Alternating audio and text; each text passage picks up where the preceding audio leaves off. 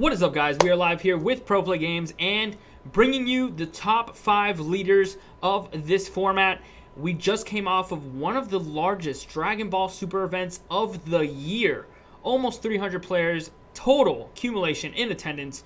We have some data here from the last recent event. Has it clocked in at 170. That was just for the main event, guys. That's not even counting the open event.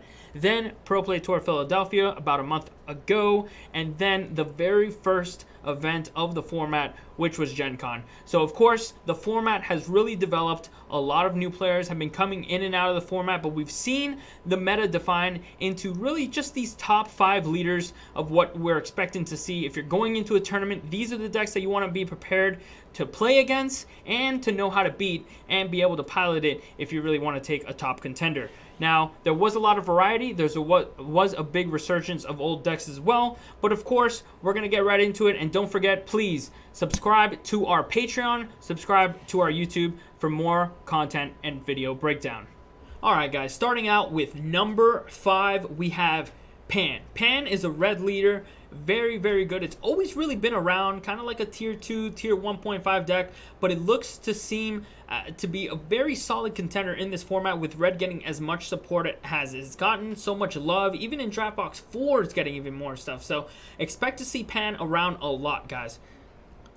Pan ended up taking 7 total slots in everyone's participation in the main event. So 7 players actually took this deck, felt like it can win the event. So pretty low number, but when you start going a little bit deeper into the data, you saw that actually 4 of them made top 32, which was the top 32 cut, so that made day 2, and then 2 of them advanced to the top 16. So obviously a pretty solid deck. It is very matchup dependent though, but regardless, it shows that the deck obviously piloted by very powerful members in the community, just like Tim Palacios' deck, which we have pulled up on the screen here.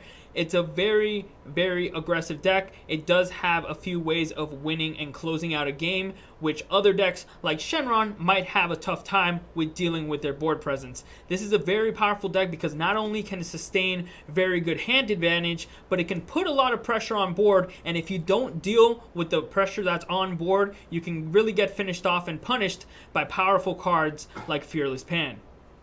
Denial of Hope is a super powerful counterplay card, regarded as one of the best counterplay cards out of set 7, and it's something that can be very punishing. If your opponent has energy up and they can represent a Denial of Hope, make sure that you're playing a battle card that you're okay with losing. Otherwise, it can really be a big tempo switch. Number 2, Chain Attack Zeno.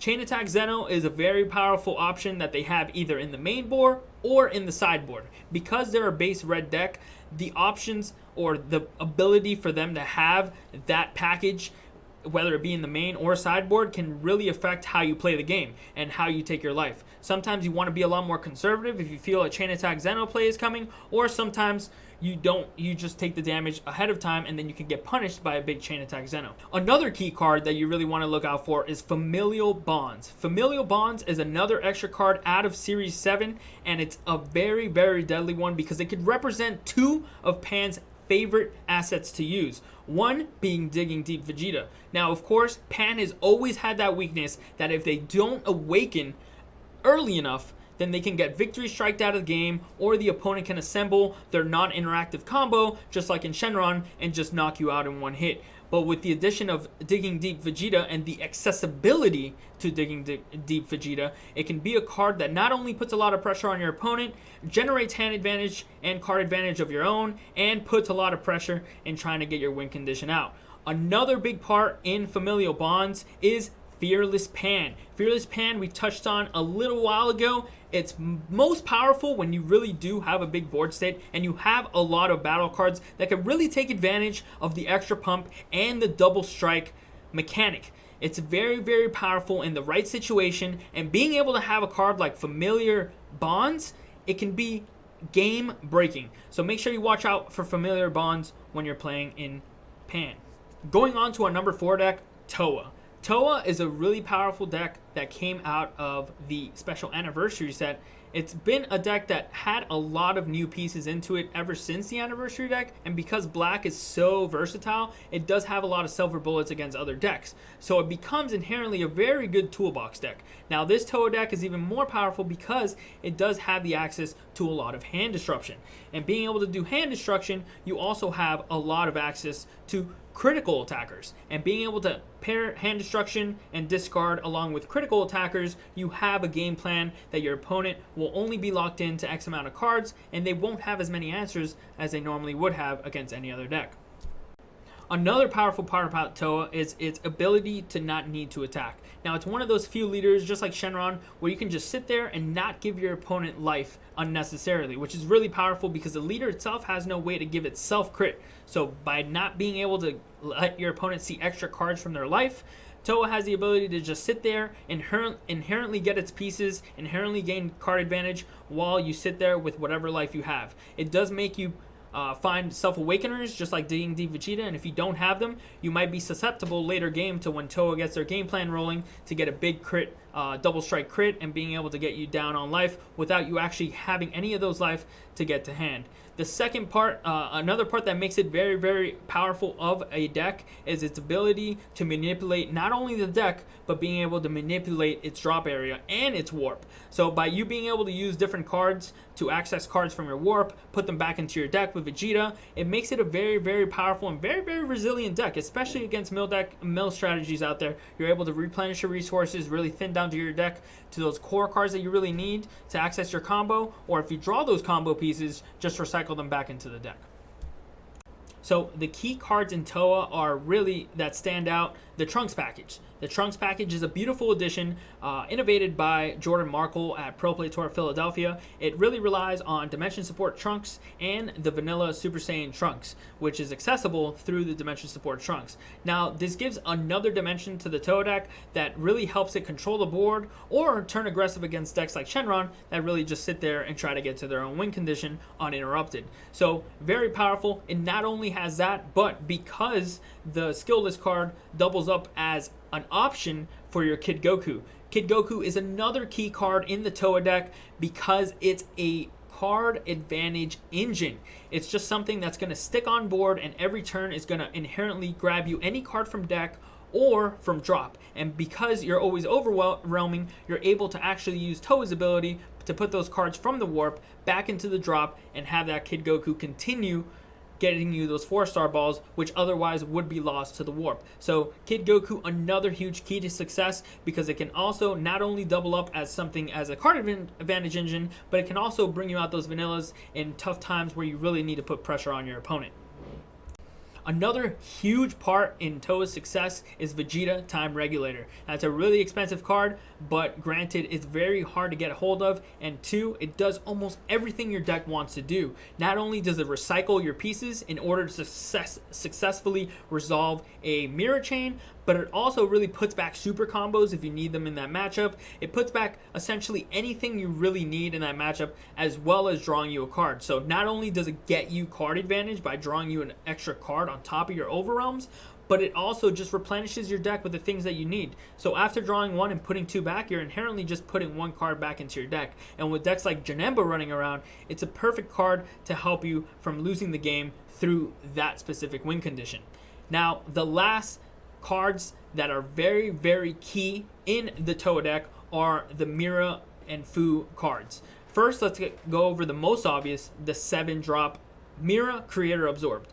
Mira Creator Absorbed is not only a huge house, but this deck actually utilizes it in different ways than normal decks would normally play it. Now, in normal decks, you just play it as a 1 energy huge attacker. Normally, it takes a negate to stop him from taking any life, but in this deck, not only do you get that upside, but when you actually bring him out the way that he was intended with the 4-drop Mira, the 4-drop Mira actually allows you to bring it out from deck, which you would have to have it in deck, hence why Vegeta's so great at that, putting it back into the deck in order to give you that play all the time. But when it's brought out from the deck in that way and through the Union Absorb, it actually makes your opponent warp 3 cards from their hand. So it's a huge card. Not only is it a huge attacker, but it also takes away a lot of resources from your opponent, and don't forget that it'll get double strike for that turn.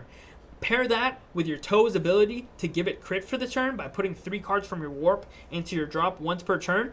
It becomes a huge menacing problem that your opponent better have a lot of cards and resources to fight against. And remember, guys, that Mira is not coming out through Overwhelm, so that's something that you're going to continue to have to deal with, a 30k base on board for the rest of the game. And if it does live, it will gain that attack every single time that it attacks. It won't get that double strike, but that's very, very powerful, and it's a very, very scary card, and one of the main reasons why Toa is even playable. Now, a little bit more on its supporting cast, which is Mira and Fu. We're talking about the 5-drop Mira, which becomes a 4-drop. Very, very powerful card when you have 10 or more cards in your warp. It pretty much makes it so that every turn 4, you're getting that Mira chain off. Not only that, but you also have the 3-drop Mira, which comes out for free. It's an Overwhelm 3, so you only need 3 cards in your Overwhelm, and when it comes out, makes your opponent discard a card. So ideally, you can discard up to 4 cards from your opponent's hand in one turn, and that's huge. Another big part of the deck is the Fu package. Now, of course, everybody really knows about the different Fus that you have access to. One of the biggest players in Fu coming out is not only Scientist Fu, but the Dimensional Banisher Fu. And because your leader's a Toa, it actually looks at the top 5 cards and is able to get any Fu or any Mira from there. So making it a complete toolbox of a deck, you have a lot of powerhouses and a lot of ways to really just control the board and rip cards from your opponent. Alright guys, moving on to deck number 3, we have U6. Now, it doesn't have any particular leader. You can pair this up very successfully with any leader, just like Broly here. Or you can use what it's normally tailored for, which is a Kaba leader or a U6 hit leader from Series 7. Now, this is a very powerful deck because not only did it have 5 in top 32, it also had 5 in top 16. So you saw that none of them lost from that top 16, from that top 32 to the top 16 cut. And this right here, what we're profiling, is actually Marcel Russell with a top 8 finish. He lost to the eventual winner of the event, which was Janemba. Shout out to Dehan and shout out to Marcel for this very solid list. So this deck is very powerful. A few different reasons why. U6 is very powerful at getting cards out on the board. It's a very, very fast. It's a deck that can easily, you can go from 1 battle card to 2 battle cards to 3 battle cards extremely fast. So you get able to scale up your defenses extremely quickly. And top of that, all your battle cards end up evolving into more stronger ones. And when they evolve, they actually have more abilities than their previous evolution. Another big reason why U6 is so powerful is because it has a lot of energy manipulation. It has a lot of cards that tap down your opponent's cards in the middle of battle or in the middle of evolutions, which can make it really hard for your opponent to defend, especially when they pass their turn with 1 energy up or 2 energies up. During your turn, you can tap them out and you can continue putting on the pressure without them really having a backup plan because they really relied on having that energy up. On top of that, they have their own energy manipulation.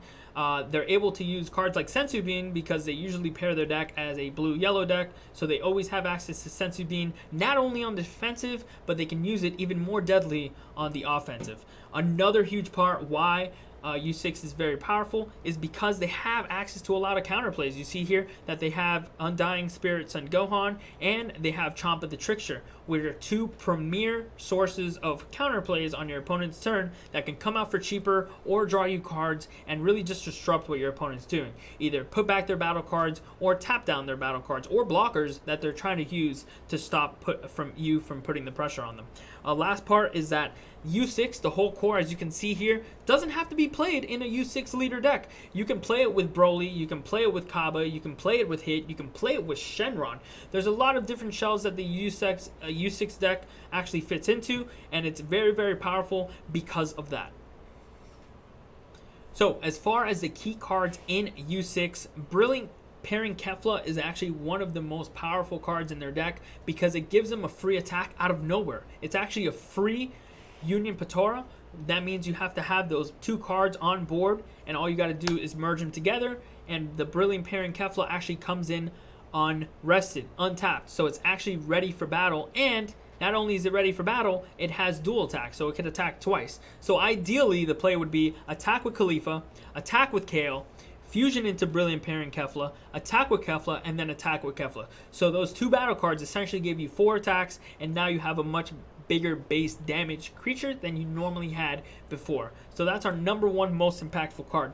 Number 2, Chomp of Vados. Chomp of Vados is one of the brand new arrival cards from set 7, and it's super powerful and perfect for this deck because not only does it come out for a very decreased cost of 1 yellow, but it gets himself on the board immediately and ready for you to combo with cards that have 10k combo power, which is normally really powerful. Remember King Vegeta back in the day, the ape? Yeah, this is the same exact version, except you have much smaller targets to evolve over when you use those 10Ks to combo with. Because Kale and Khalifa have much cheaper versions than the apes did back in the day, being at 1 cost and 2 costs, you can actually combo with these 10Ks for free without having energy and then evolve them, and then they're going to get enter the battlefield abilities in order to disrupt your opponent's game plan. So Chomp of Vados is one of the most premier cards in this deck. Also, not to mention, skip over the point that it does have indestructible in a way. When your opponent tries to remove it from board in any way, back to the deck or any case,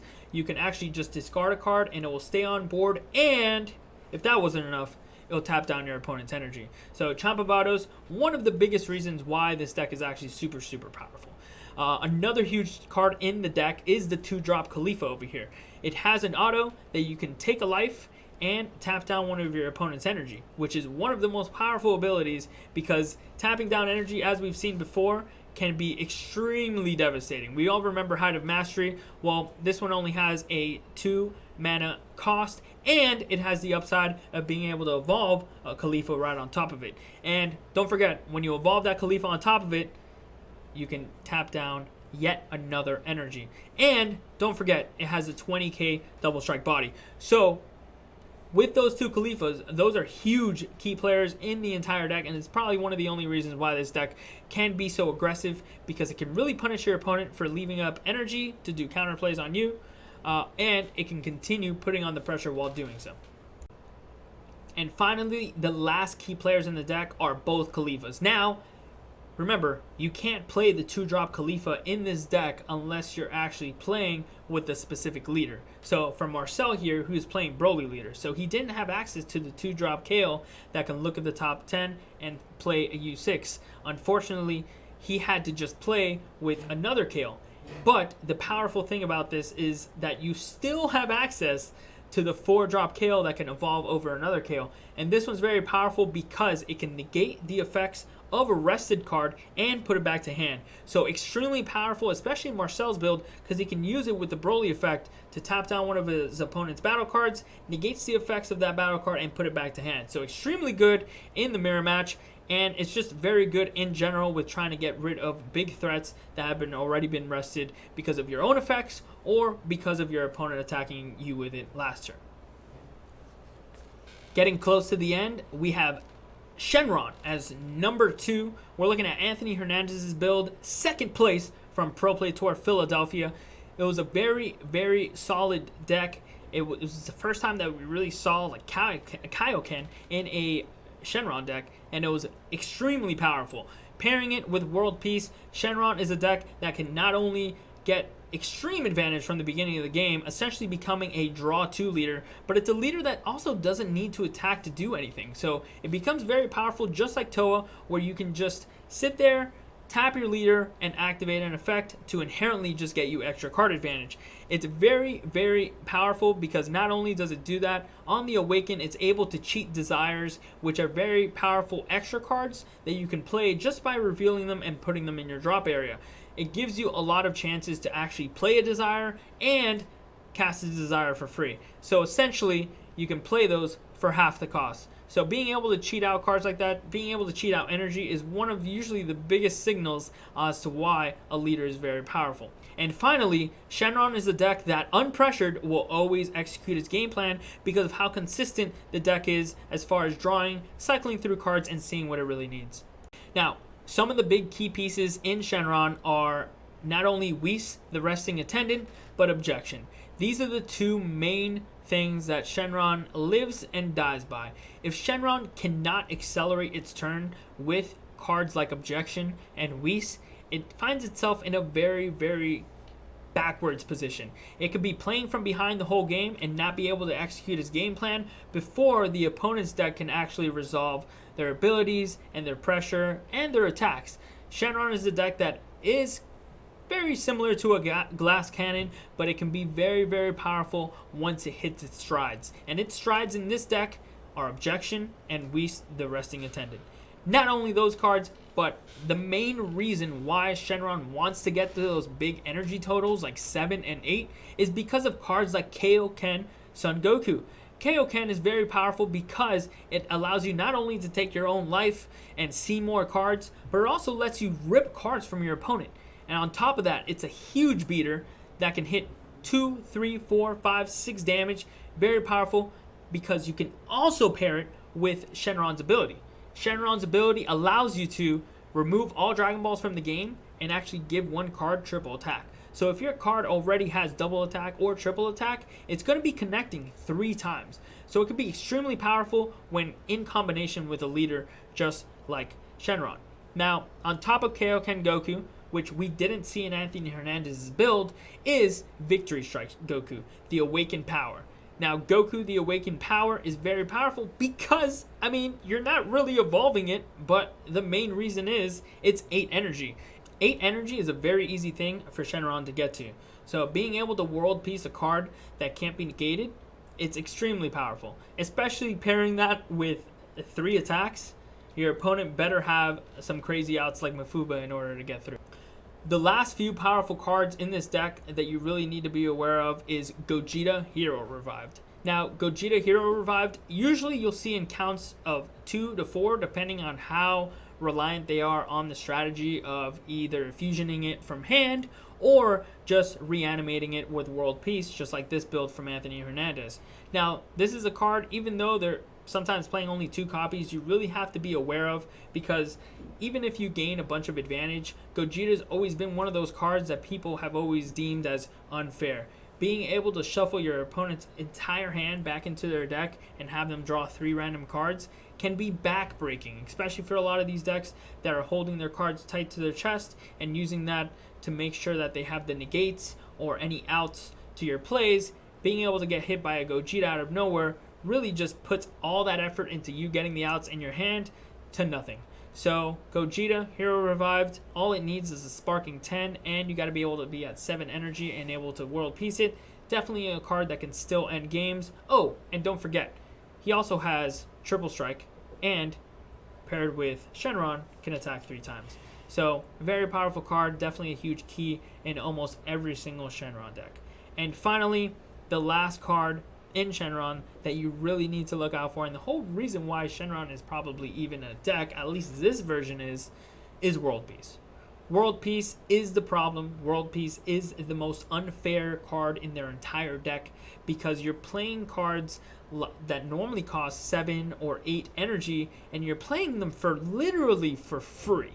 Shenron's ability on the backside says you can reveal a desire from hand, you can discard it, and you can activate that desire's effects for free. So pair that with World Peace actually only being 4 energy. There are turns where you can play two World Pieces. You can have 2 copies of World Peace in hand.